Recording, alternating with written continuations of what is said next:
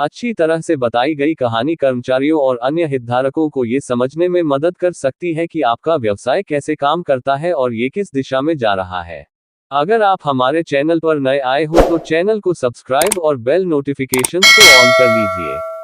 चलिए शुरू करते हैं। ये है, एक व्यावसायिक रणनीति केवल प्रतिस्पर्धी लाभ को साकार करने का एक उपकरण है। इसके लिए कंपनी की शुरुआती स्थिति, उसकी आकांक्षाओं और क्षमताओं, उसके प्रतिस्पर्धियों, उसके ग्राहकों की जरूरतों और स्थिति की गतिशीलता की पूरी समझ की आवश्यकता होती है। लेकिन कागज पर लिखी गई एक चतुर रणनीति सिर्फ उन लोगों को शामिल करने का शुरुआती बिंदु है जो इसे लागू करेंगे। रणनीतियों को संप्रेषित और समझा जाना भी चाहिए और उन्हें कार्रवाई के लिए प्रेरित करना चाहिए। जब बात इस अंतिम बिंदु की आती है तो अधिकांश रणनीति दस्तावेज और प्रस्तुतियां बुरी तरह विफल हो जाती हैं।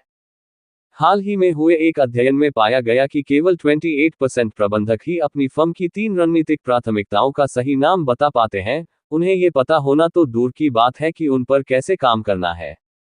रणनीतिक कहानियां तर्कों और कार्यों, इरादों और परिणामों, तथा रणनीतिकारों और कार्यान्वयनकर्ताओं के बीच एक शक्तिशाली सेतु प्रदान कर सकती हैं।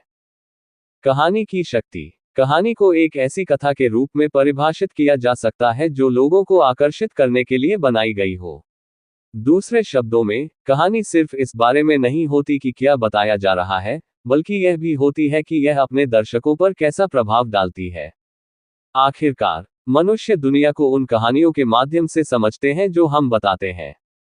हमारा मस्तिष्क नाटकीय चुनौतियों और नायकों से जुड़ी कहानियों को समझने के लिए तैयार है जो अपने लक्ष्यों तक पहुंचने के लिए इन चुनौतियों पर विजय पाने की प्रक्रिया में बदल जाते हैं। कहानियों का विकासवादी मूल्य है क्योंकि वे प्रत्यक्ष अनुभव पर निर्भर हुए बिना सूचना प्रसारित करने की क्षमता रखती हैं। व्यवहारिक अर्थशास्त्र ने यह प्रदर्शित किया है कि लोग पूरी तरह से तर्कसंगत अभिनेता नहीं हैं, जो केवल तथ्यों और तर्क से प्रेरित होते हैं। कहानियां किसी रणनीति के तार्किक तत्वों को एक आकर्षक कथा में बांध सकती हैं जो उनके दर्शकों को कार्य करने के लिए प्रेरित कर सकती है। सड़क दुर्घटना के आंकड़ों की एक सूखी सूची प्रस्तुत किए जाने पर बहुत कम लोग अधिक सावधानी से गाड़ी चलाएंगे। रात में बर्फीली सड़क पर गाड़ी चलाने वाले एक विशेष परिवार के बारे में एक ज्वलंत कहानी से बहुत से लोग ऐसा करने के लिए प्रेरित होंगे। कहानियों में लचीलापन भी होता है। दोबारा सुनाए जाने की प्रक्रिया में, वे नई परिस्थितियों और सीखों को प्रतिबिंबित करने के लिए विकसित होती हैं।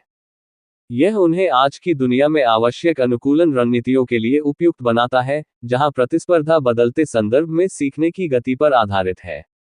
कुछ प्रणाली विचारक तो यहां तक दावा करते हैं कि हम जटिल परिस्थितियों को केवल कहानियों या उपयोगी सरलीकरणों के माध्यम से ही समझ सकते हैं, जो प्रणाली का पर्याप्त अच्छा विवरण और कार्रवाई के लिए रूपरेखा प्रदान करते हैं, तथा बोझिल, अरुचिकर या अस्पष्ट नहीं होते। जब मार्केटिंग की बात आती है तो व्यापार जगत कहानी की शक्ति को अच्छी तरह पहचानता है। नाइकी का जस्ट डू इट अभियान हाल के दिनों में सबसे ज्यादा पहचाने जाने वाले अभियानों में से एक है, जिसने ग्राहकों को सिर्फ 3 शब्दों में अपनी कहानी का नायक बना दिया। कहानियों की शक्ति का उपयोग व्यावसायिक रणनीति में भी किया जा सकता है और किया जाना भी चाहिए। आपका बहुमूल्य समय देने के लिए धन्यवाद। अगर आपको ये वीडियो अच्छा लगा हो तो हमारे इस YouTube चैनल रिच वाणी को सब्सक्राइब करिए, वीडियो को लाइक करिए और अपने परिवार मित्रों के साथ जरूर शेयर करिए। भविष्य में आप और किस टॉपिक पर वीडियो देखना सुनना चाहते हैं उसके लिए कमेंट करिए। मिलते हैं नेक्स्ट वीडियो में। Thank you.